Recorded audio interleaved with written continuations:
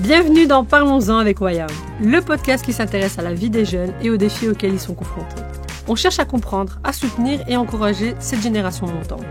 Pour ce faire, on parle avec des experts et des jeunes sur les sujets les plus chauds et les plus importants de chaque épisode. D'une vue d'ensemble, on passe à des mesures pratiques et réalisables que vous pouvez appliquer immédiatement. De cette manière, on peut construire un monde de demain qui est bien meilleur. Je vous propose donc de tenter l'expérience. Parlons-en.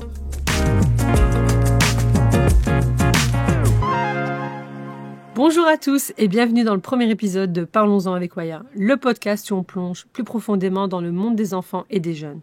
On va examiner comment on peut comprendre, soutenir et encourager cette génération montante. Aujourd'hui, on va parler de la santé mentale des enfants et des jeunes. Un enfant sur 7 dans le monde souffre de problèmes de santé mentale. Comment peut-on identifier ce problème à un stade précoce et apporter notre aide ? On va en parler aujourd'hui avec Pascal Minotte, co-directeur du CRESAM, centre de référence en santé mentale, et 3 jeunes qui témoigneront de leur expérience. Eden et Luniel qui sont ici avec moi et Daniela qui nous rejoint en direct de la Côte d'Ivoire. Alors, parlons-en. On va en parler aujourd'hui avec Pascal Minotte, co-directeur du CRESAM, c'est le centre de référence en santé mentale, et 3 jeunes qui témoigneront de leur expérience, Eden, Luniel et Daniela qui est en direct de la Côte d'Ivoire. Parlons-en. Alors, comment vous vous sentez aujourd'hui, les filles ? Je vais commencer par Luniel, Eden. Comment vous vous sentez ?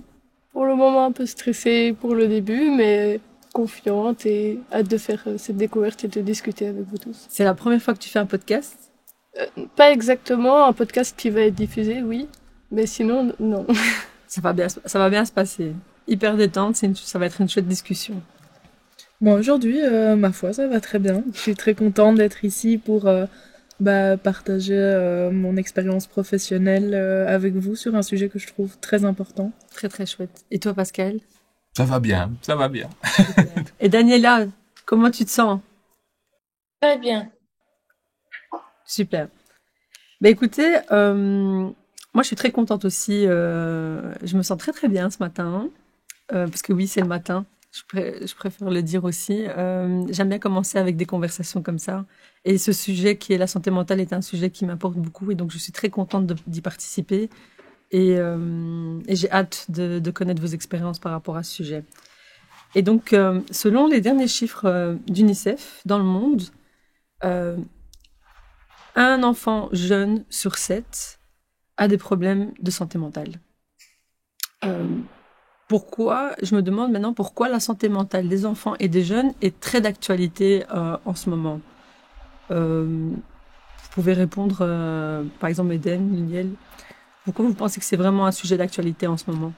Je pense que c'est vraiment un sujet d'actualité parce que la santé mentale chez les jeunes, et c'est pour ça qu'elle est difficile à appréhender, c'est une problématique qui est multifactorielle. Ça veut dire qu'elle est très influencée par le bien-être général, la situation géopolitique, la situation financière et climatique, à l'école évidemment qui est un lieu très important pour les enfants, le climat scolaire, la relation avec les adultes, etc.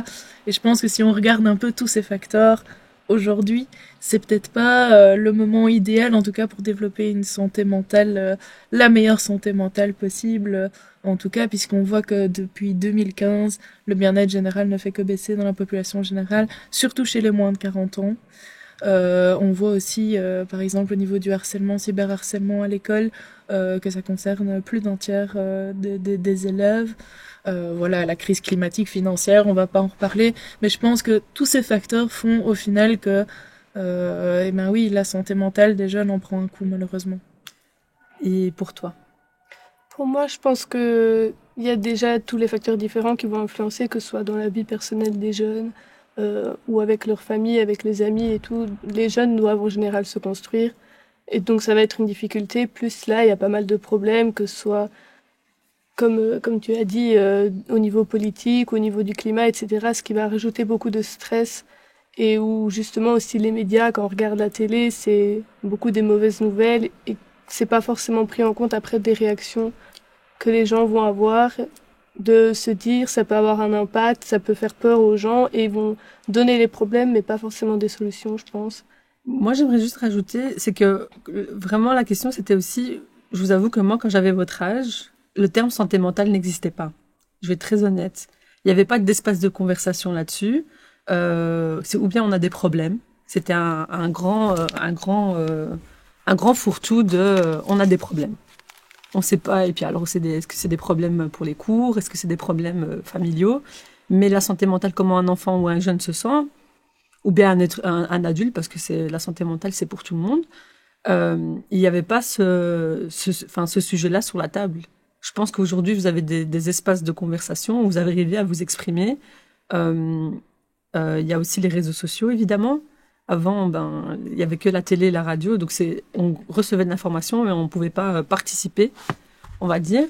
Et donc, c'est plutôt aussi dans ce sens-là est-ce que c'est vraiment, c'est vraiment pour moi un sujet d'actualité. J'ai tristement dire que c'est à la mode, mais je suis très contente que c'est une bonne mode pour moi. Daniela, qu'est-ce que tu en penses? Bon, je vais prendre le cas de chez nous en Afrique, par exemple. On parle, la santé mentale est beaucoup en vogue parce qu'il y a déjà les crises post-électorales qu'il y a dans nos différents pays en Afrique. Donc après ça, il y a beaucoup de séquelles. Il y a des enfants qui vont pas bien. On se retrouve des enfants avec des séquelles, soit avec un bras, ou qui ont perdu des parents, qui sont orphelins. Et puis, il y a aussi des suicides ces dernières années dans notre pays, par exemple, chez les adolescents, chez les étudiants. Il y en a beaucoup. Ça fait que maintenant, par rapport à avant, où la santé mentale n'était pas très privilégiée.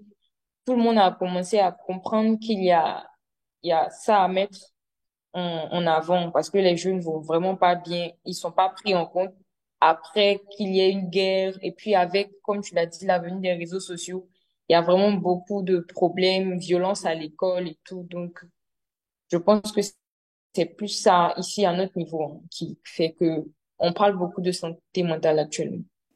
Et est-ce que tu sais, tu parles de suicide, je t'avoue que ça me touche beaucoup. Est-ce que tu sais identifier pourquoi ça arrive plus souvent ces derniers temps? Comme je suis étudiante, je vais prendre le cas des étudiants chez nous. Il y a généralement des étudiants qui se suicident. Je crois il y a 2 mois de cela, on a retrouvé un étudiant pendu à l'école. Généralement, c'est l'échec. La pression des parents, la peur de l'échec, ou même quand il échoue, qu'est-ce que ses parents vont dire parce que les parents mettent une certaine pression à leurs enfants. Et puis, il y a l'inadéquation entre la filière qu'il fait et puis ce qu'il veut faire lui-même, en fait. Donc, il n'arrive pas à s'adapter à ce qu'il fait. Donc, ils prennent, avec la pression, ils finissent par lâcher prise et puis rentrer dans une dépression quand il y a personne avec qui parler et s'exprimer. Ils finissent par se laisser aller. Pascal, qu'est-ce que tu en penses de ce que vient de dire Daniela? Alors, oui, en effet, hein, la pression scolaire, c'est un des déterminants, un des facteurs. Le fait de se sentir bien et suffisamment confortable, notamment dans ses études et dans l'environnement scolaire. C'est à la fois les résultats scolaires, mais ça, on l'a dit, hein, ça peut être le harcèlement, les relations avec les camarades hein, qui jouent aussi. J'avais envie de rajouter par rapport à le fait que la santé mentale est devenue vraiment un sujet ces dernières années. C'est aussi lié à la crise Covid. Hein. Oui. On n'a jamais autant parlé de santé mentale que durant cette période de la crise Covid. Alors, c'est surtout la crise Covid, mais aussi surtout les mesures sanitaires qui ont été prises, qui ont isolé les enfants, en les privant ainsi d'un certain nombre de ressources qui sont essentielles pour eux, pour maintenir justement cet équilibre. Hein, la santé mentale, c'est une forme d'équilibre, hein, on voit plus ou moins. Et je pense que le Covid a fait beaucoup dans le fait. Alors, peut-être il y a eu un impact positif, hein, je veux dire, avec des guillemets évidemment. Oui. C'est le fait qu'on a beaucoup parlé de santé mentale et qu'on continue à en parler. Maintenant, ça a eu un impact assez délétère, assez négatif sur la santé mentale des enfants et des adolescents. Les jeunes en particulier ont été particulièrement impactés, toutes les études le montrent, parce que justement les mesures qui ont été prises impactaient tout particulièrement la santé mentale des jeunes, tout ce qui les aidait, tout ce qui les aide à tenir, à savoir notamment leurs relations amicales avec les pairs, AIRS, hein, a été coupé notamment avec le confinement, ce qui les a privés d'un certain nombre de ressources. Donc le Covid a joué vraiment un rôle majeur, je pense, dans le fait qu'on en parle beaucoup actuellement. Et en termes et donc finalement, les diagnostics a augmenté après le Covid, ou bien c'est juste que les gens ont trouvé un espace pour pouvoir s'exprimer? Oui, il y a eu plus de de problèmes de santé mentale. Alors pas tellement, étonnamment, c'est pas tellement pendant la crise et les mesures de confinement, mais c'est par après. Mais ça, c'est très classique. Hein. Il y a eu un effet, une espèce d'effet boomerang, je sais pas comment dire, mais les problèmes sur le moment, on tient le coup. Et puis après, voilà, Évidemment. on lâche les vannes et puis les problèmes surgissent par après. Et donc effectivement, notamment les hôpitaux pédopsychiatriques ont été débordés par les demandes, par exemple. Hein. Il y a eu la presse, on a pas mal relayé ça. Et on peut penser que toujours à l'heure actuelle, on est éventuellement, enfin ça c'est des analyses qu'on peut faire. Hein. On n'a aucune certitude. C'est toujours assez complexe de déterminer les causes précises.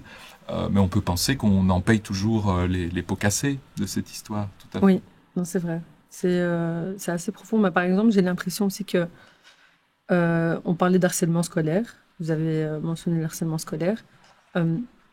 Avant, on parlait que d'harcèlement. Aujourd'hui, on parle aussi de santé mentale. Quels sont on va dire, le résultat d'un harcèlement, c'est aussi la santé mentale. Et ça, je trouve bien parce qu'en fait, à la base, on disait juste harcèlement scolaire sans pouvoir diagnostiquer finalement quel effet ça avait sur un enfant ou un jeune. Et donc, vous trouvez pas que justement on a développé on va dire une meilleure expertise par rapport à ça? J'aurais envie de rajouter que le harcèlement, ça ne fait que quelques années qu'on en parle. Quand j'étais gamin, donc il y a quelques années, dans les années 80, on va dire ça comme ça, il y avait du harcèlement. J'ai envie de dire, il n'y avait pas de cyberharcèlement parce qu'il n'y avait pas Internet, mais il y avait du harcèlement, tout autant que maintenant, hein, on peut le penser. Mais c'était pas un sujet. Ça faisait partie. C'était malheureux. Hein. Là, je suis pas du tout nostalgique. C'est pour ça aussi qu'il ne faudrait pas se faire l'idée d'un passé idéal où la santé mentale allait bien et d'un présent où tout va volo. Je pense que c'est beaucoup plus complexe que ça. Et il se fait que le harcèlement et le cyberharcèlement, c'est devenu un sujet depuis quelques années. Heureusement, on en parle, on essaye de mener des campagnes qui aident à faire en sorte que ça aille mieux. Et idem pour la santé mentale, c'est devenu un sujet, notamment la santé mentale des jeunes, mais pas que, des adultes aussi. Ces dernières années. Et vers qui les enfants et les jeunes se tournent quand ça va pas? Alors, nous, on remarque que malgré maintenant la présence des centres PMS, donc des centres psychomédico-sociaux dans les écoles, c'est vrai que souvent, il n'y a pas encore de lien de confiance qui s'est créé avec les membres de l'équipe. Et donc, il n'y a rien à faire. Les élèves tendent à se tourner plus... moi, évidemment, je parle beaucoup des élèves en secondaire, mais c'est un âge où on a moins tendance à se tourner vers ses parents, parce que... C'est l'adolescence aussi. Voilà, l'adolescence. Donc, on a plus tendance à se tourner vers ses amis, où il y en a même qui se tournent vers des professeurs, des éducateurs en qui ils ont confiance, ce qui parfois coince un peu, parce que ça peut être de bonnes personnes de confiance, mais qui sont pas forcément formées en santé mentale, qui se retrouvent parfois un petit peu démunis face à certaines situations. Et je peux vous demander à vous, vers qui vous vous tournez? Par exemple, moi, personnellement, avant de passer par des spécialistes, parce que je pense qu'on se pose beaucoup de questions à nous-mêmes. Est-ce que j'ai vraiment un souci? Je dois vraiment en parler avec un pro? Est-ce que c'est plus vers une amie? Moi, par exemple, j'ai toujours, on va dire, un cercle de confiance que je crée, chez qui j'allais pour en parler, pour voir un peu la gravité de mon problème, avant de me dire est-ce que je vais vraiment aller voir un spécialiste. Et comme tu dis, par exemple, le PMS, est-ce que vous avez créé, par exemple, ce cercle de confiance, de vous dire, est-ce que vous avez la même démarche ou bien vous dites, ouais, moi je vais directement chez un spécialiste? Pour répondre un peu en mélangeant les questions, je pense que déjà le sujet s'est plus fait entendre ces derniers temps parce que justement il y a eu plus de communication avec Internet, les réseaux, et même j'ai l'impression entre les gens, et pour lier aussi par rapport aux conséquences qu'il y a des gens qui vont terminer par se suicider ou d'autres conséquences qui vont être tout aussi graves, même si peut-être moins fatales, que les conséquences vont toucher peut-être des personnes particulières qui vont du coup donner une importance au sujet, qui vont en parler un petit peu, et c'est juste de personne en personne, ça va s'étendre, parce que j'ai l'impression que quand on est jeune, on a des problèmes, un moment on est triste, on a quelque chose qui va pas, et on se dit c'est des sentiments, on est humain et on doit avancer, mais on le thématise pas vraiment, on va pas faire ça un concept qui peut avoir des solutions et qui peut avoir un déroulement et des gens vers qui on peut se tourner, etc. Donc je pense que ça s'étend et ça va vraiment dépendre de la personne. Ce qui est bien quand on peut en discuter avec ses amis, c'est qu'il y a cette relation, on va partager un moment de vie avec, et donc ils savent généralement plutôt bien ce qu'on vit, mais en même temps, c'est aussi des jeunes généralement qui ont aussi leurs propres problèmes.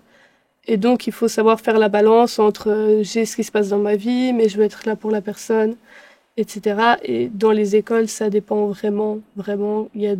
C'est bien de se tourner vers pardon, vers les professionnels, mais je pense que il y en a qui sont pas forcément qualifiés ou qui aident ou en fonction de l'enfant aussi, ça va pas forcément l'aider. Donc, ou en fonction de comment la relation avec leurs parents est, ça peut différencier de chacun. Moi, j'ai été voir un professeur, j'ai essayé de parler un peu avec des amis et ça évolue au fil des années, mais je pense que c'est vraiment essayer de trouver une oreille attentive et même si une ne peut pas donner des solutions, c'est bien d'avoir du soutien à un endroit et puis si ça aide pas, chercher quelque chose d'autre et essayer de partager ces solutions qu'on peut trouver, dire qu'il y a des choses qui existent, que les parents, essayer peut-être de sensibiliser les parents sur quoi faire dans les situations, essayer de dire qu'il y a des centres, parce j'ai pas l'impression qu'il y a beaucoup de jeunes en secondaire ou en primaire qui savent qu'il y a des centres d'aide, des associations où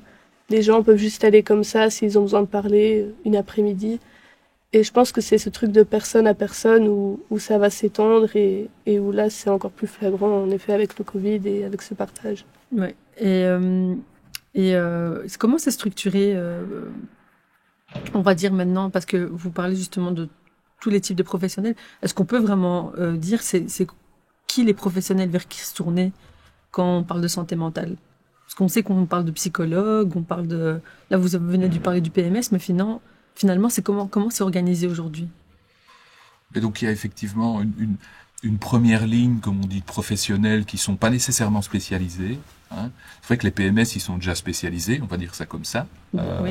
Mais on peut dire que dans les enseignants, par exemple, ce sont des professionnels vers qui on peut se tourner. Alors eux, ils sont pas psy, c'est pas eux qui vont commencer une thérapie ou même a priori, ils ne sont pas nécessairement là pour donner du soutien au sens sur le moyen et long terme. Par contre, ils vont pouvoir orienter éventuellement vers alors une seconde ligne qui est plus spécialisée, c'est-à-dire par exemple les services de santé mentale, par exemple, c'est-à-dire les services de planning familial, par exemple les centres de planning familial, qui aussi font des consultations psy pour la plupart d'entre eux, vers même les maisons médicales ont parfois, pas toutes, mais parfois un ou une psychologue à demeure qui peut éventuellement prendre en charge. Donc on va pouvoir se tourner vers son médecin.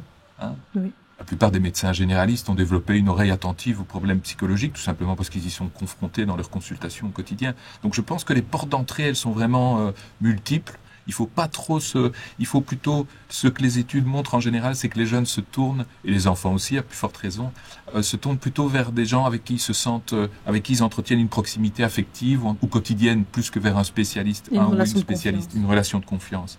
Et donc, il faut partir de là. Et puis, alors, il faut pas se décourager aussi, parce que ce que les études montrent aussi, c'est que parfois, on s'adresse à quelqu'un et la réponse qu'on a n'est pas très satisfaisante, et du coup, on n'en parle plus.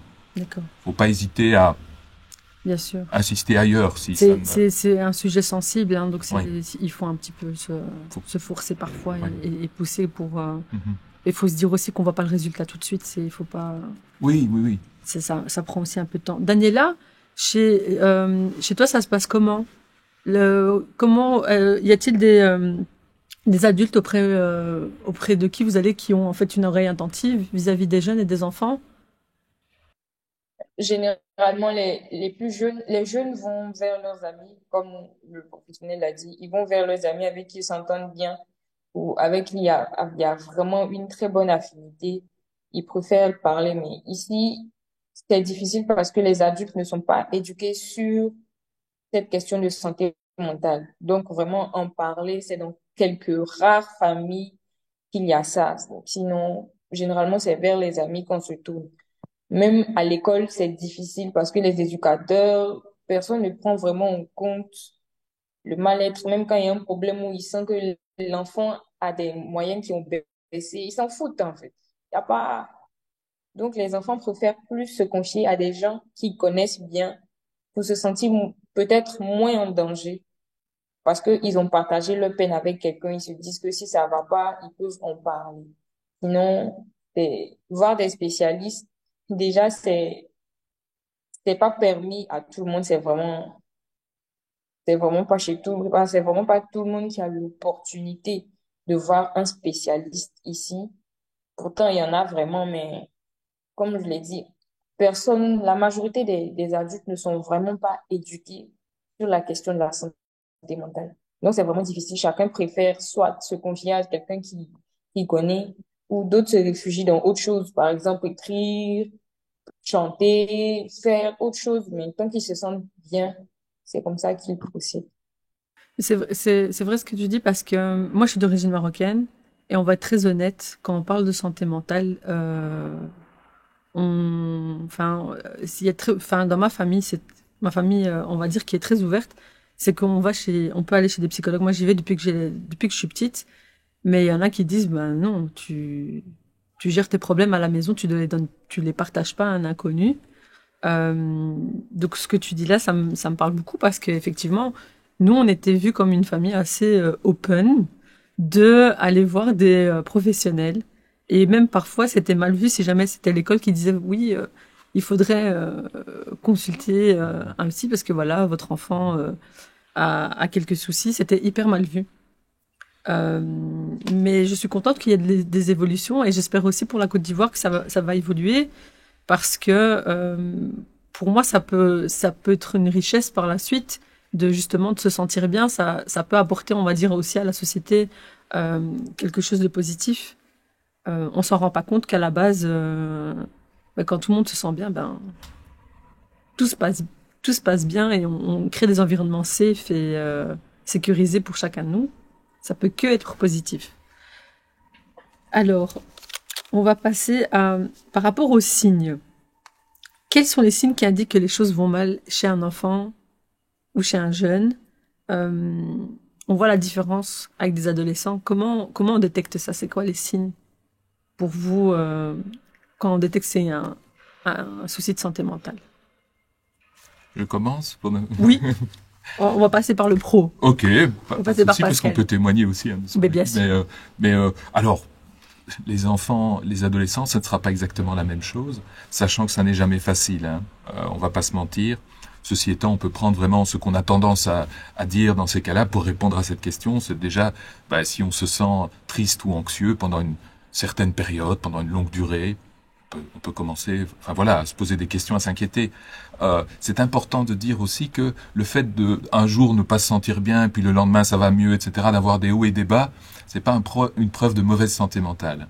La bonne santé mentale, c'est aussi, il y a des moments où on ne va pas bien, et ça arrive à tout le monde, Oui. et c'est vraiment important de le dire, pour ne pas qu'on se fasse une représentation d'une bonne santé mentale qui sera un état dans lequel on est tout le temps euphorique, de bonne humeur, heureux. C'est pas ça la vie est compliquée, et donc il y a des moments assez fréquemment où on se sent pas bien, et donc il y a des hauts et des bas.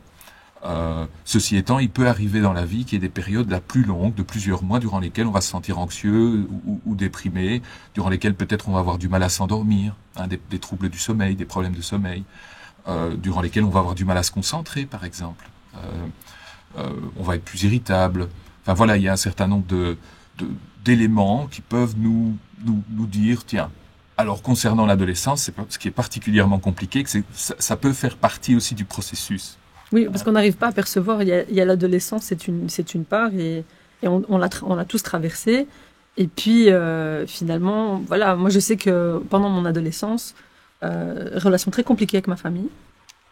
J'étais vraiment assez solitaire et c'était très conflictuel avec ma maman. Mais c'est vrai à ce moment-là, je ne savais pas que c'était l'adolescence. On peut pas le savoir. On peut pas le savoir. Ça fait partie de l'adolescence. Les conflits, par exemple, au sein de la famille, les disputes, le fait de se sentir pas bien, non. L'image de soi, par exemple, est particulièrement remise en question, on va dire ça comme ça, durant l'adolescence. Le fait qu'il y a des moments où on s'adore, il y a des moments où on se déteste, ça fait partie du processus. Alors c'est pas un trouble de santé mentale, ça fait partie d'un processus un peu compliqué. Donc c'est un peu plus compliqué de détecter à ce moment-là. Voilà. Il faut pas hésiter non plus, si on se pose des questions, on n'est pas certain ou certaine, on se pose des questions, faut pas hésiter à consulter. Hein. On parle là c'est ce qu'on disait tout à l'heure, la déstigmatisation, c'est pas un drame d'aller consulter, voilà. Ça peut durer une séance ou deux, où on va juste faire un peu le point pour voir comment on va dans sa vie. C'est vrai. Parce que parfois, en fait, surtout pour l'adolescence, si on parle à quelqu'un qui n'est pas de l'entourage, Parce que par exemple, quand on dit on se sent mal dans sa peau et tout, on n'a pas envie de le partager même à nos amis.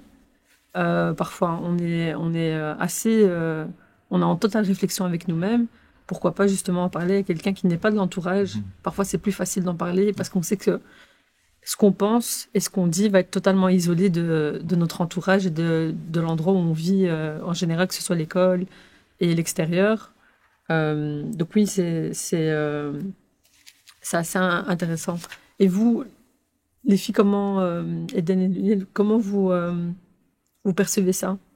Les premiers signes de soucis de santé mentale? C'est vrai que moi je suis pas formée en psychologie, mais Je parle vraiment perso. Est-ce que comment tu verrais toi des signes? C'est vraiment du personnel. Enfin, comment tu diagnostiquerais des signes de soucis de santé mentale? c'est vrai. Alors je sais pas si c'est vraiment des symptômes ou si c'est des choses qui sont à l'origine, peut-être un petit peu les deux, de problèmes de santé mentale. Mais en tout cas, j'ai l'impression que ce qui revient souvent, c'est de un, la solitude. Même si la personne est entourée, vraiment un sentiment de solitude et d'incompréhension. Je trouve que c'est quelque chose qui revient souvent. Ouais. Et ce sentiment d'être perdu, de plus savoir quoi faire, vers qui se tourner. Donc j'ai l'impression que c'est des choses qui reviennent quand même souvent.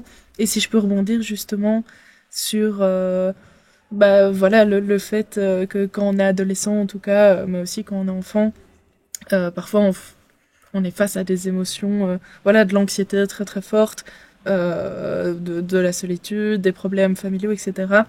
Voilà, on en discutait, on ne sait pas comment gérer, c'est parfois compliqué. Et pour moi, l'école a vraiment un rôle à jouer là-dedans, dans la gestion des émotions. Et c'est quelque chose qu'il faut vraiment accentuer et développer, en tout cas, le plus possible. Moi, je pense que c'est beaucoup dans les relations proches que ça peut se voir. Quand on connaît bien la personne, on peut voir si elle se renferme à un moment ou si elle va s'isoler un petit peu ou moins parler, être moins joyeux. Et que c'est là qu'il faut commencer à se poser des questions et pas se dire « Ah, c'est une phase » et il faut creuser un peu parce que c'est aussi les moments de bas qui vont construire une personne et c'est à ce moment-là que si elle se sent seule et qu'elle a l'impression qu'il y a personne vers qui elle peut se tourner, qu'elle va se renfermer de plus en plus et se dire est-ce que toute ma vie je vais devoir chercher des gens mais de passage, est-ce que je vais pas avoir cette personne sur qui me reposer, même si les personnes peuvent changer au fil du temps, c'est à un moment il faut que les gens puissent voir ça. Et je me fais une réflexion en entendant toute cette discussion que j'ai l'impression qu'il y a beaucoup les différences d'étiquettes entre guillemets de les adultes ne sont pas assez éduqués ou les professionnels, c'est beaucoup des groupes séparés, jeunes, enfants, adultes, etc. Et je me dis qu'au final on est tous des êtres humains et que là le sujet y surgit. Les jeunes sont parfois dans des phases compliquées, mais les adultes aussi. Les adultes ont peut-être pas eu quand ils étaient jeunes toute cette discussion, toute cette sensibilisation, donc ils n'ont pas pu savoir, donc c'est pas non plus un reproche à faire aux jeunes. Les professionnels, c'est des trucs très théoriques qui peuvent pas vraiment s'appliquer toujours à une personne en particulier ou c'est de manière générale et pas vraiment à la personne même. Donc c'est aussi parfois difficile de toucher précisément ce que la personne va vivre.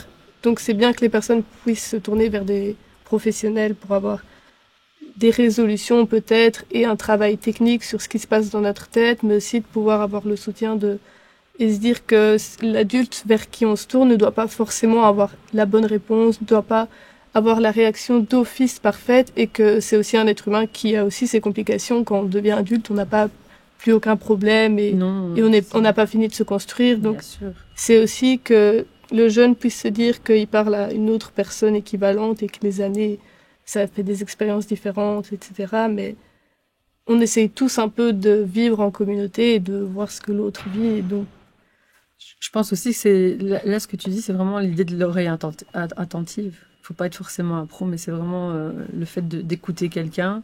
Je pense que de plus en plus, étant dans le digital, il y a ma grand-mère qui a fait la remarque, on a fait une conférence cette semaine, qui disait j'ai mes petits-enfants à côté de moi, mais ils sont pas vraiment là, ils sont tous sur leur téléphone. Et je leur pose 2-3 questions pour voir juste leur journée, comment elle s'est passée. Donc j'essaie de vraiment m'intéresser à leur journée. Mais c'est pour ça que l'oreille attentive, plus que jamais aujourd'hui, c'est hyper important. Parce que c'est vrai qu'on est vraiment... Il y a des gros soucis de concentration. parce qu'il y a plein de choses, beaucoup d'informations devant nous. Et donc, c'est vraiment important ce que tu dis. C'est vraiment, parfois, c'est pas une question de pro, c'est juste une oreille attentive, quelqu'un qui nous regarde dans les yeux et qui nous écoute. Daniela, pour toi, les signes qui indiquent que les choses vont mal, c'est comment on les détecte, à ton avis? Comment tu le Euh, perçois? Chez les enfants, je pense que c'est le plus facile à détecter parce que généralement, ils changent très vite de comportement puisque ce ne sont pas des gens qui savent cacher en tant que tels leurs émotions. Pour un enfant qui a l'habitude d'aimer aller à l'école, il peut vouloir, ne pas vouloir y aller. Il va pas vouloir y aller fréquemment. Il sera sur les nerfs quand il s'agira d'aller à l'école. Il sera pas content. Et puis après, il y a certains qui deviennent violents. Parce qu'ils ne peuvent pas dire, mais ils veulent que leurs parents remarquent en fait qu'ils ne vont pas bien. Mais comme ils peuvent pas l'exprimer directement, ils peuvent devenir violents, malpolis, tout ce qu'ils peuvent faire pour se faire, en tout cas pour se faire remarquer. Les enfants font plus ça. Ils ne parlent pas directement. Par contre, les adolescents se rétractent beaucoup.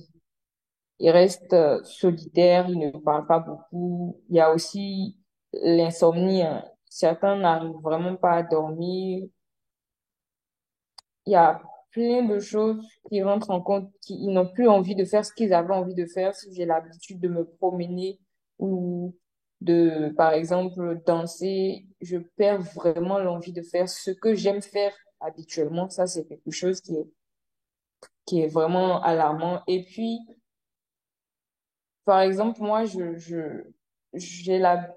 je sais pas si c'est le coup d'œil, mais quand quelqu'un a l'habitude d'être pendant un moment très triste, beaucoup triste, mais qui refuse de dire ce qui ne va pas, et puis tout d'un coup, il devient joyeux, moi, ça me met la puce à l'oreille parce que c'est vraiment le plus dangereux au niveau de la santé mentale. Lorsqu'il commence à tout d'un coup devenir joyeux, on ne sait pas si son problème est réglé ou pas, mais du jour au lendemain, il n'est plus triste. Si c'est une dépression qu'il faisait, c'est encore plus dangereux parce que il peut être heureux parce qu'il pense que se donner la mort qu'il va le faire va l'apaiser dans sa douleur puisqu'il y a personne pour lui parler, il y a personne pour comprendre ce qu'il vit et il ne peut pas l'exprimer.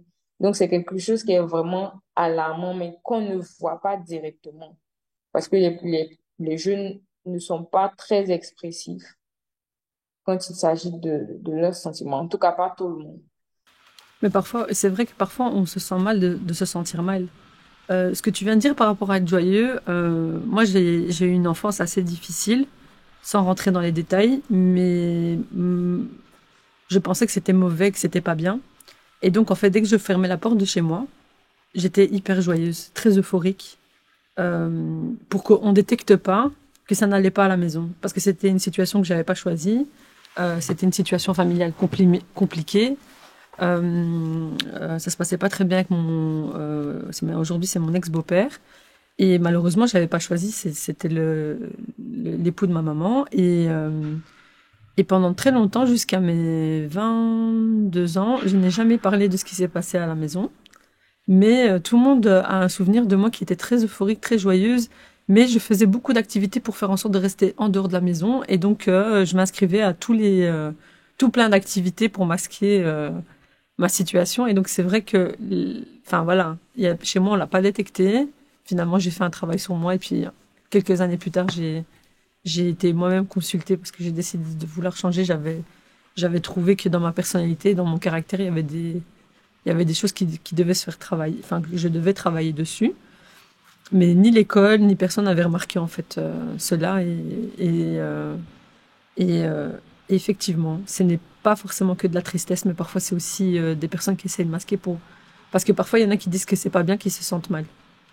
Genre, ils ont une situation de vie assez aisée et disent non, je peux pas être malheureux, je ne peux pas me sentir mal, j'ai des vêtements, j'ai de quoi manger, j'ai ceci, je dois relativiser, je peux pas être mal. Et je voulais quand même rajouter ce point-là qui parfois, enfin en tout cas moi c'était mon cas, je me sentais pas légitime d'être pas bien. Mhm. Je sais pas ce que t'en penses, Pascal. Oui, puis parfois ce qui se passe aussi, c'est que les enfants, les adolescents, les enfants prennent soin de leurs parents et donc on a les adultes aussi ont des vies compliquées, très chargées.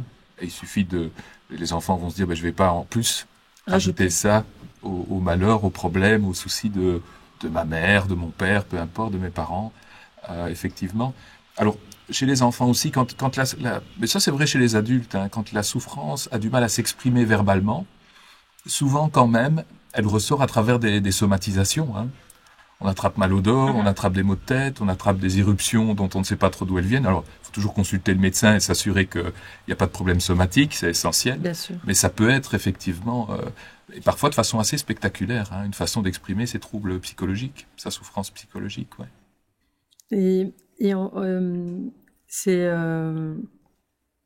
Est-ce que, alors à ce moment-là, on attend que ce soit l'école qui détecte d'une certaine manière, ou finalement c'est plutôt de la formation qui aide à ça? Parce que quand quelqu'un est triste, c'est facile. Mais quand quelqu'un n'y l'est pas, est-ce qu'il y a de la prévention à ce moment-là, je sais pas, dans les classes ou quoi que ce soit, qui fait que peut-être quelqu'un se dit, ok, parce que est-ce qu'on parle de ce côté-là, de ce côté positif, euphorique de certains enfants? Est-ce qu'il y a un contact vraiment où on se dit, quelqu'un passe dans la classe et on se dit, ok, c'est peut-être moi et j'ai pas envie de le dire aux autres.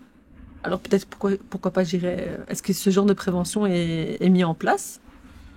Certaines écoles ont des projets, mais on va pas se mentir, c'est pas C'est pas partout, comme de façon systématique. Et toutes les écoles, ça dépend aussi des sensibilités de chaque enseignant à la limite. Certains enseignants seront plus sensibles à ça, d'autres. Par exemple, si on parle des enseignants, c'est parce qu'on parle de l'école et que ce sont quand même des enseignants qui sont clairement en première ligne. Hein. Et donc là, c'est pas spécialement systématique et harmonisé. Hein. Je pense qu'on peut tout à fait passer, en étant enfant et adolescent, à travers tout le maillage, on va dire, sans que personne s'en inquiète. C'est évidemment, malheureusement, des situations qui arrivent, tout comme parfois on fait des rencontres à ce niveau-là qui sont importantes dans sa vie et qui vont aider. Il est dit ici que les enfants et les jeunes nous disent qu'ils aimeraient recevoir une aide plus accessible, qu'ils préfèrent être aidés dans leur quartier ou dans leur entourage. Qu'est-ce que vous en pensez? Je pense en effet que c'est important parce qu'on discutait de la légitimité de se sentir pas bien tout à l'heure. Je pense que il y a quand même une vision des jeunes aujourd'hui qui est... Alors, je veux pas faire de généralité, mais c'est vrai qu'on entend souvent, oui, mais bon, les jeunes aujourd'hui, ils se plaignent beaucoup. Moi, à mon époque, on travaillait 60 heures semaine, on se plaignait pas. Enfin, c'est des discours qu'on entend vraiment beaucoup. Et donc, j'ai l'impression qu'à cause de ce discours, il y a beaucoup de jeunes qui se sentent pas légitimes d'appeler à l'aide quand ils en ont besoin, en se disant, oui, mais bon, je me sens pas bien, mais tant pis en soi. Et donc c'est vrai que pour moi, il y a un changement de paradigme à faire déjà vis-à-vis de la jeunesse, mais aussi qu'on doit faire beaucoup plus d'informations et de pas en avant vers les jeunes directement, pas attendre que eux viennent demander à l'aide, mais parfois faire le premier pas vers eux et rendre beaucoup plus accessible l'aide psychologique. Ouais. Je pense que les jeunes sont principalement dans les écoles, parfois plus qu'à la maison, et donc c'est là qu'ils vont être très influencés.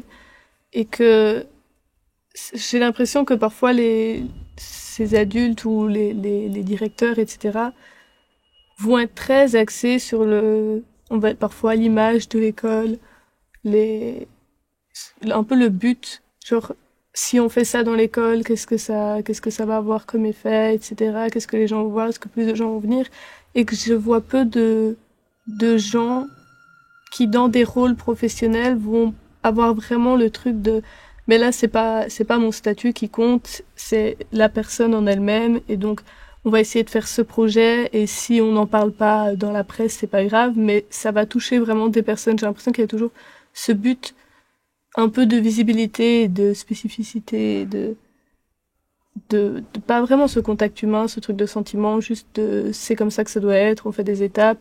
Les jeunes ont besoin d'être écoutés, on va amener cette association, mais il va pas vraiment y avoir de suivi. Donc effectivement, comme tu disais, l'école, c'est le premier lieu des enfants et des jeunes. C'est l'endroit où on passe le plus de temps. Donc évidemment, quand on met des choses en place par là-bas, et évidemment, comme tu disais, le suivi. Il faut suivre, si il y a des initiatives qui se mettent en place, évidemment, faire le suivi pour que les gens sache que c'est des vrais projets qui ont un suivi. Et c'était avec cela que je voulais dire, comment on fait quand un enfant, Pascal, ne veut pas se confier? On sait qu'il y a un problème et il veut pas se confier. Dit comme ça, c'est vrai qu'on se sent un petit peu coincé dans une impasse. Alors peut-être qu'il faut parfois faire appel à l'équipe. C'est-à-dire que l'enfant a peut-être envie, va se confier peut-être plus facilement. Alors ça dépend de l'équipe en place, mais ça peut être un grand frère, une grande sœur, ça peut être parfois les enfants ont peut-être plus facile à se confier à quelqu'un qui a plus ou moins leur âge, un petit peu plus âgé par exemple, ou alors un parrain, une marraine. Je pense qu'il ne faut pas hésiter à faire appel à l'équipe. Je pense, on a évoqué tout à l'heure la question du harcèlement. C'est typiquement le genre de choses sur lequel les enfants ont parfois du mal à se confier. Et là, le mot d'ordre, un des mots d'ordre, c'est vraiment de ne pas hésiter à faire appel à l'entourage bienveillant qui va éventuellement récolter une confidence ou l'autre. Voilà. Après, c'est le métier aussi des professionnels spécialisés dans les consultations avec les enfants, d'arriver à les aider à s'exprimer. Si on parle vraiment des petits, d'autres moyens d'expression sont disponibles, le dessin, la plasticine, etc., qui vont créer des portes d'entrée vers une expression plus aisée des difficultés, des problèmes qui sont vécus par l'enfant. Donc les professionnels ont des techniques et il faut leur faire confiance à ce niveau-là. Voilà.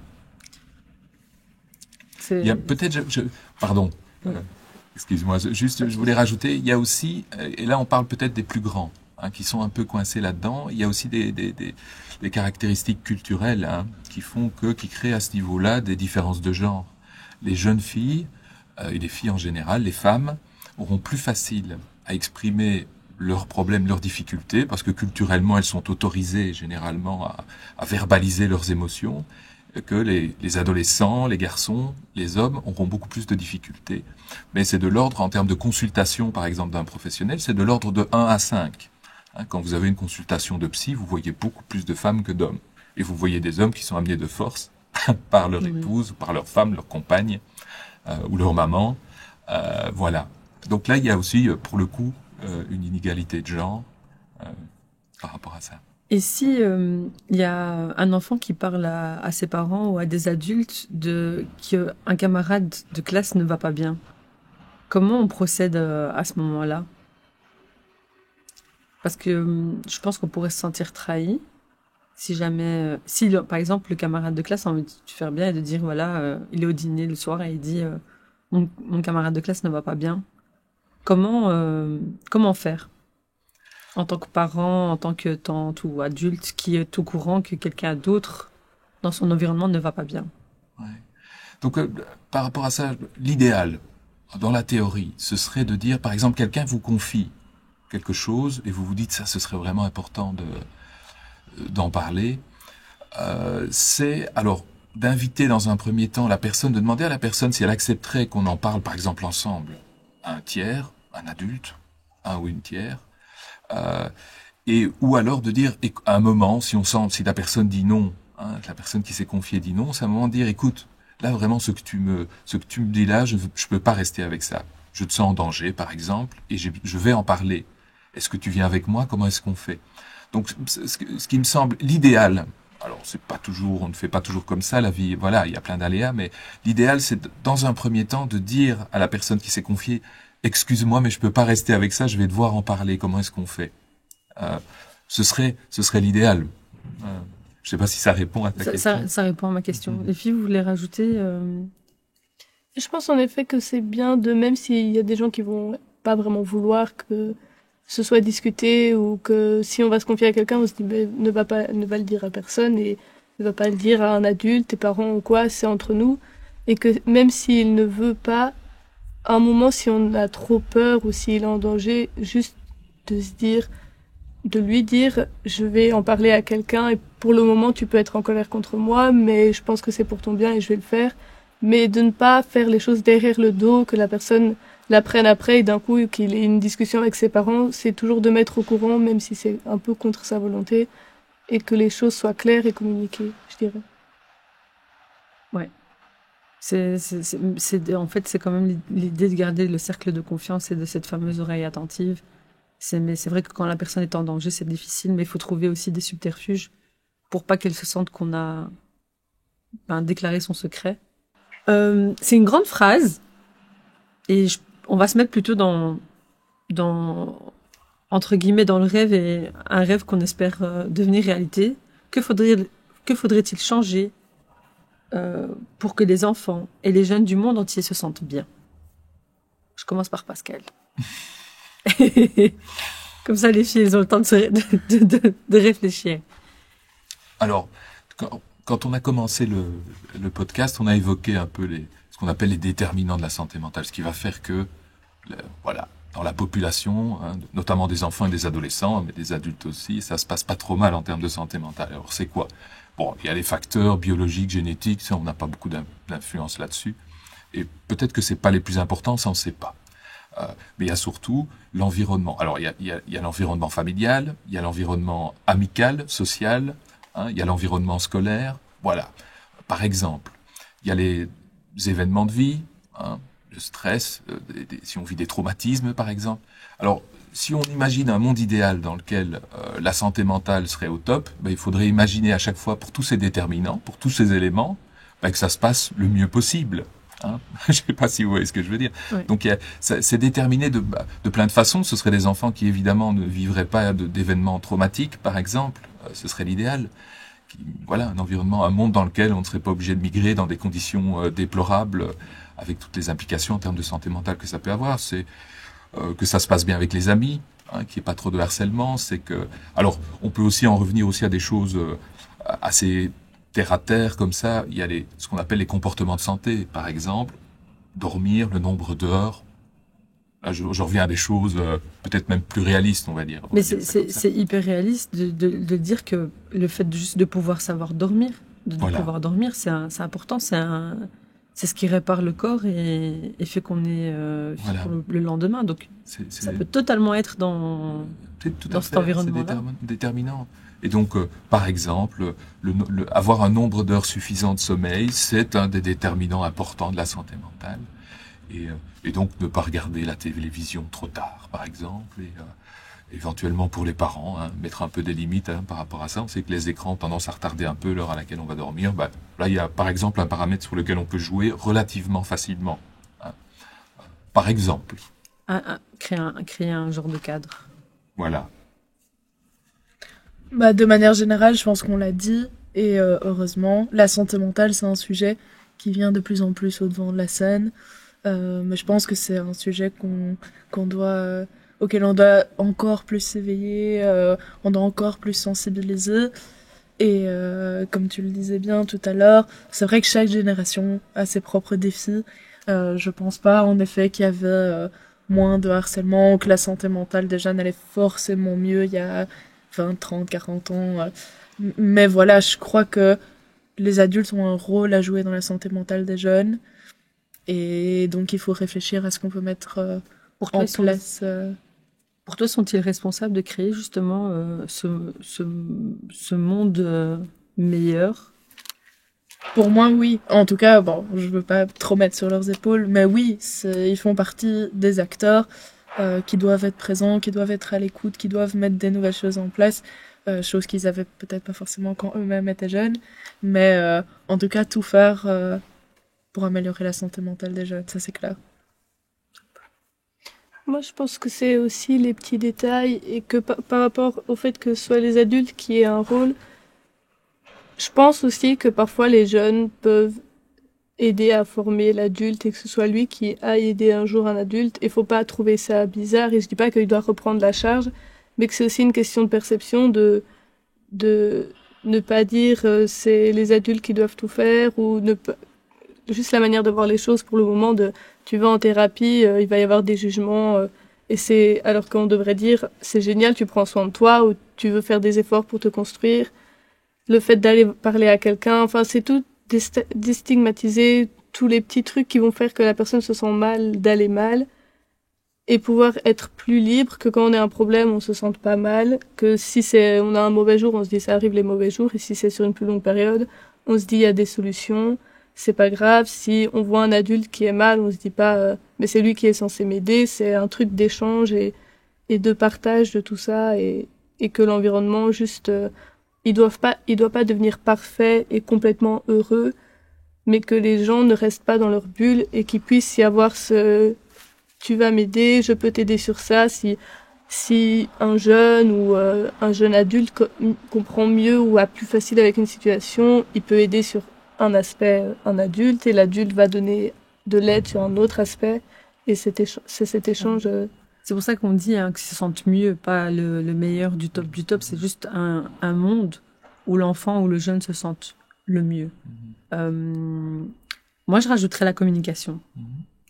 C'est universel, on en parle tout le temps, communication, communication, et parfois on entend, on n'écoute pas.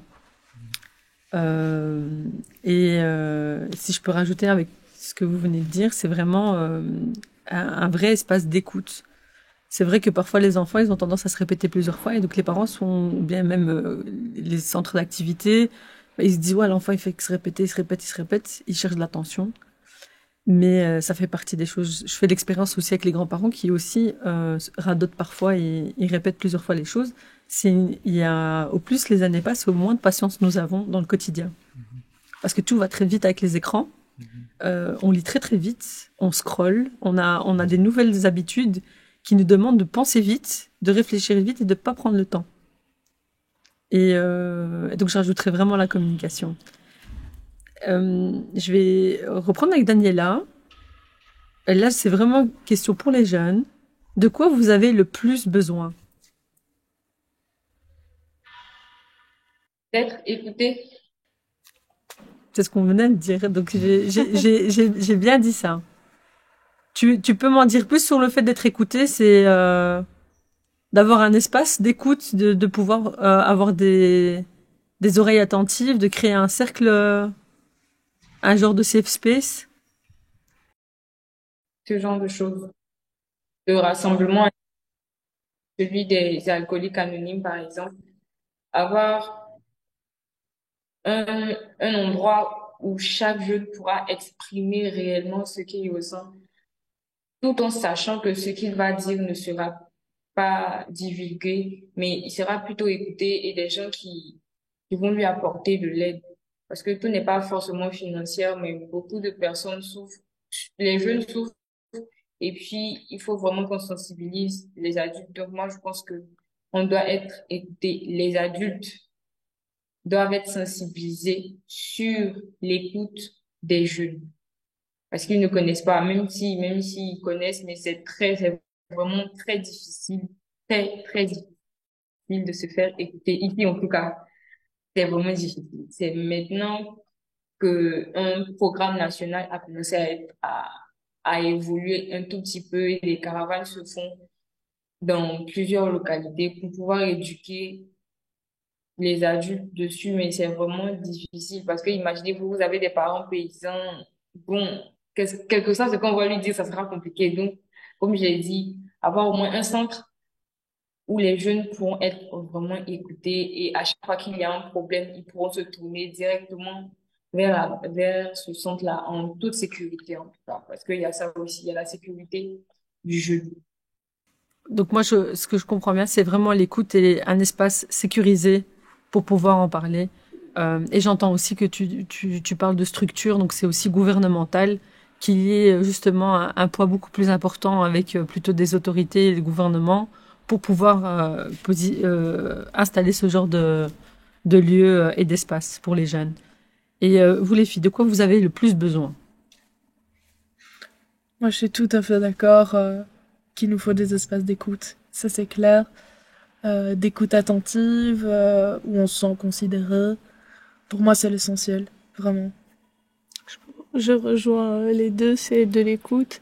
Et je pense aussi qu'il y a ce souci de différence, de baisser un peu cette idée de si tu vis quelque chose, t'es différent aussi. Enfin, j'ai l'impression que les gens ont parfois peur d'aller vers l'autre parce qu'il va se dire qu'il va pas pouvoir se retrouver. C'est bien aussi dans le fait de justement que ce sujet s'étale un peu parce que du coup, il y a de plus en plus de gens qui vont pouvoir se retrouver dans les discours d'autres ou qui vont pouvoir se retrouver dans cette personne s'est exprimée par la musique, elle se sent mieux, je vais essayer ça ou je vais essayer le dessin. Et c'est ce truc de on est notre propre personne, mais on vit avec d'autres et on n'est pas considéré bizarre ou et donc qu'il n'y ait pas cette espèce de jugement et que ce soit vraiment sain dans les yeux de l'autre. Donc c'est vraiment se sentir moins seul être avec des personnes qui ont finalement la même chose ou qui sont dans la même période, en tout cas, de réflexion. Est-ce que vous connaissez des camarades de classe ou des amis qui sont en difficulté? Est-ce que vous avez déjà été confronté à ça? Et comment est-ce que vous l'avez remarqué? Ça vous est déjà arrivé? Personnellement, ça m'est déjà arrivé parce que cette personne vivait personnellement des choses très difficiles à la maison. Et comme j'étais son amie, il m'en parlait souvent. Mais c'est vrai que le fait que lui-même se sente mal psychologiquement suite à ce qu'il vivait à la maison, c'est toujours très incident. En tout cas, il en parlait beaucoup. Pas beaucoup, justement, pardon.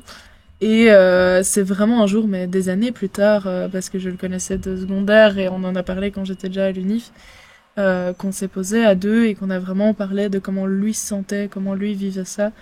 Donc oui, je l'ai déjà vécu et je pense que c'est parfois se confier à un ami, c'est utile, mais c'est bien aussi de creuser un petit peu, voir ce qu'il y a derrière et comme on disait, écouter vraiment. Et toi, en tant que personne qui a écouté, tu te sentais comment? Tu étais contente que tu as été finalement cet espace d'écoute?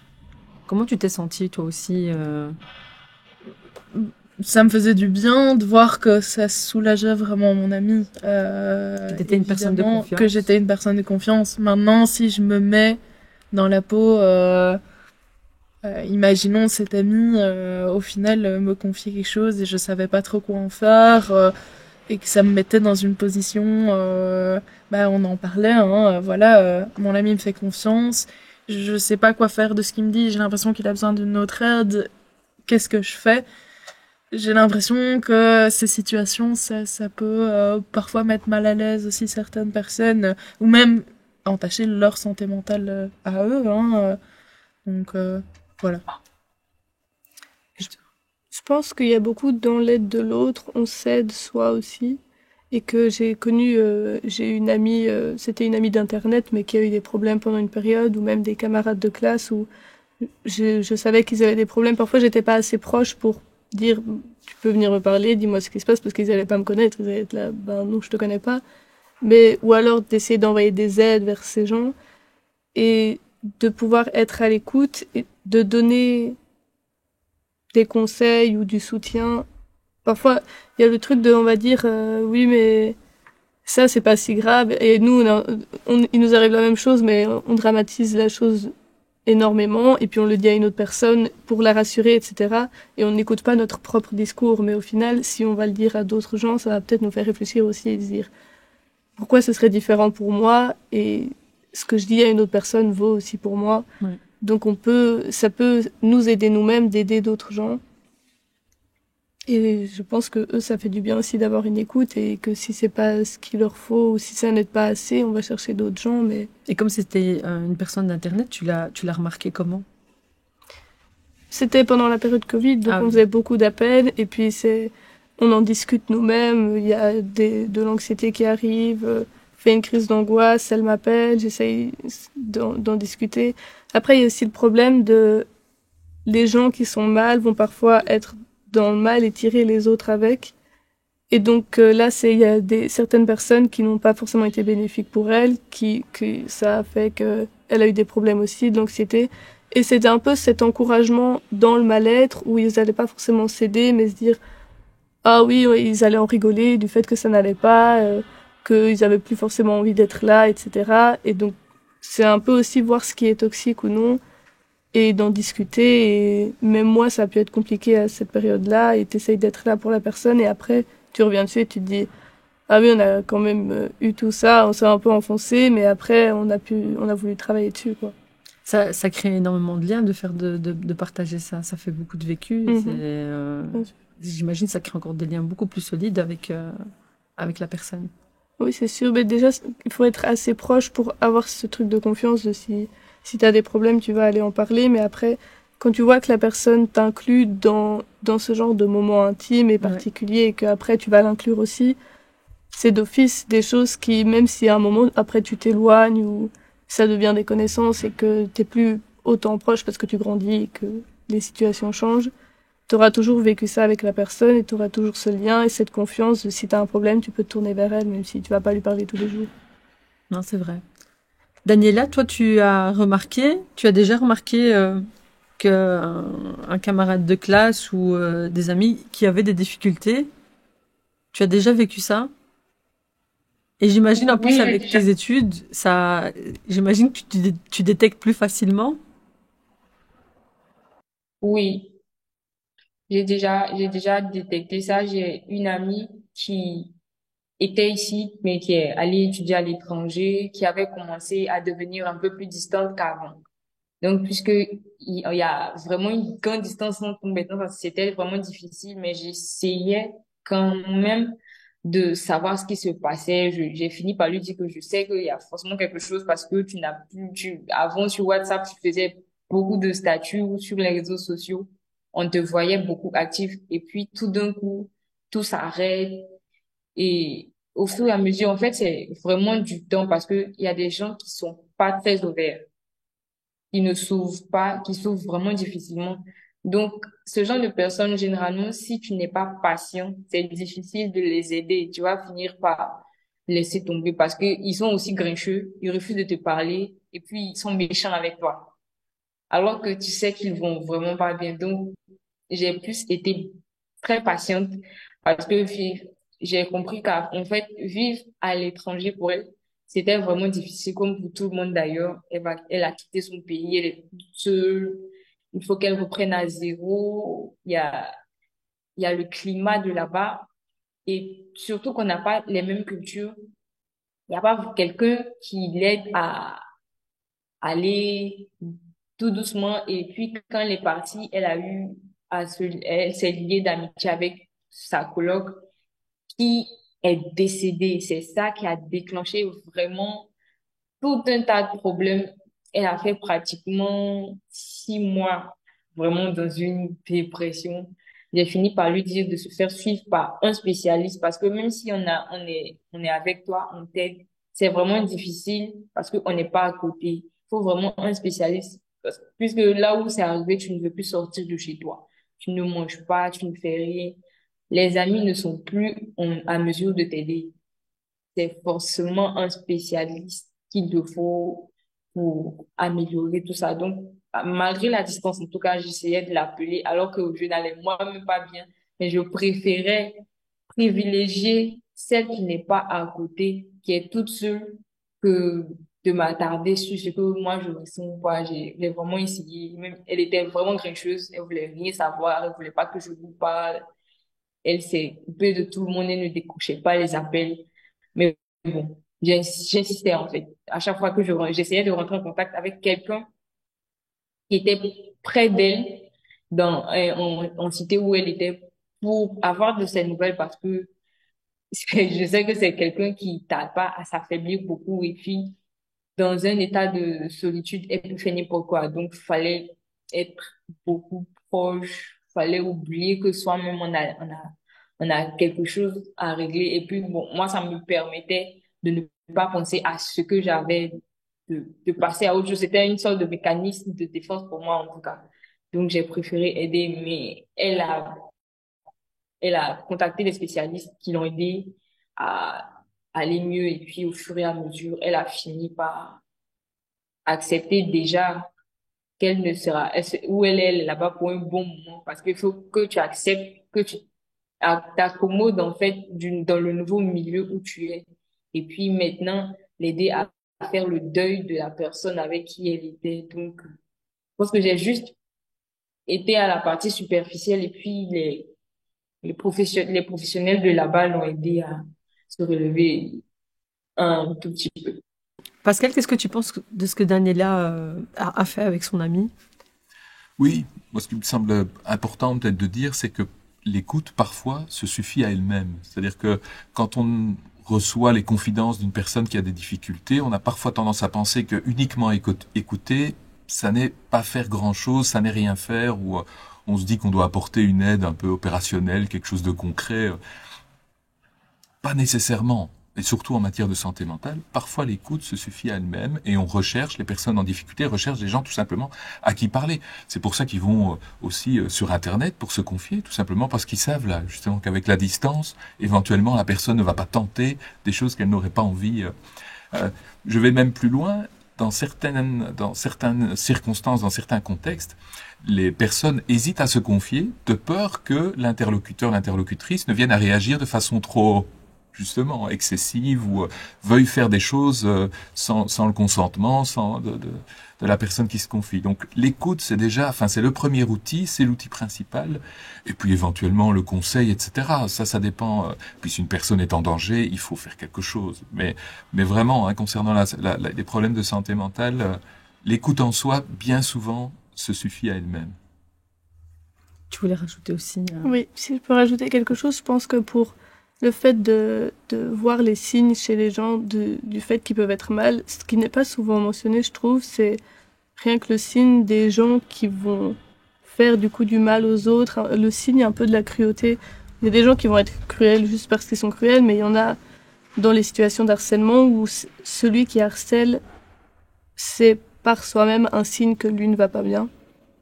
Et donc, il faut pas directement lui jeter la pierre et le sanctionner, etc. Parce que j'ai l'impression que ça pourrait juste empirer ça peut être la manière de la personne de manifester que ça ne va pas et qu'on va juste le punir pour ça, alors que parfois, ok, il a fait quelque chose qui ne va pas, mais on peut aussi aller l'écouter, voir ce qu'il a à dire et que c'est parfois ça qui va faire changer sa manière de voir les choses et changer peut-être comment il agit avec les autres. Et que c'est une manière de juste dire j'ai besoin aussi qu'on m'écoute et que pour lui ce sera par la violence ou par rejeter la faute sur quelqu'un d'autre, mais que c'est aussi quelque chose à voir de pas rejeter tout de suite celui qui est méchant et pouvoir l'écouter aussi. Faut écouter aussi la personne qui a été méchante. Pascal, tu veux rajouter un peu non, je suis assez d'accord. Mais alors l'un n'empêche pas l'autre. Rappeler la règle, éventuellement sanctionner, et ça n'empêche pas d'autres personnes d'écouter aussi. Je pense ça peut être assez contenant et finalement faire du bien aussi aux personnes qui se sont montrées cruelles, pour reprendre l'expression, d'avoir aussi un rappel à la règle et une sanction qui est liée à la faute commise, tout simplement d'être contenu par un cadre, un règlement, et ça n'empêche pas d'être écouté par ailleurs et d'être suivi et d'être pris en charge par rapport aux difficultés qu'on vit, tout à fait. Oui. Le fait d'être harceleur soi-même, est très corrélé au fait d'avoir des problèmes de santé mentale, tout à fait. Et on va un petit peu résumer tout ce qu'on a dit. Déjà, merci pour tous vos témoignages et les apports que vous avez apportés dans cette conversation. La première chose, c'est que la santé mentale, c'est pas un sujet tabou. On ne doit pas avoir honte d'en parler. Ça je retiens comme premier point, c'est que c'est aujourd'hui plus que jamais, il y a des espaces de conversation qui doivent se mettre en place. Créer un environnement safe autour des personnes, pouvoir discuter, que ce soit les amis, la famille ou des personnes externes, si on se sent plus à l'aise avec des personnes externes. Si on détecte qu'un camarade ne va pas bien, essayer de l'aider. On n'est pas pro, mais c'est juste l'écoute attentive.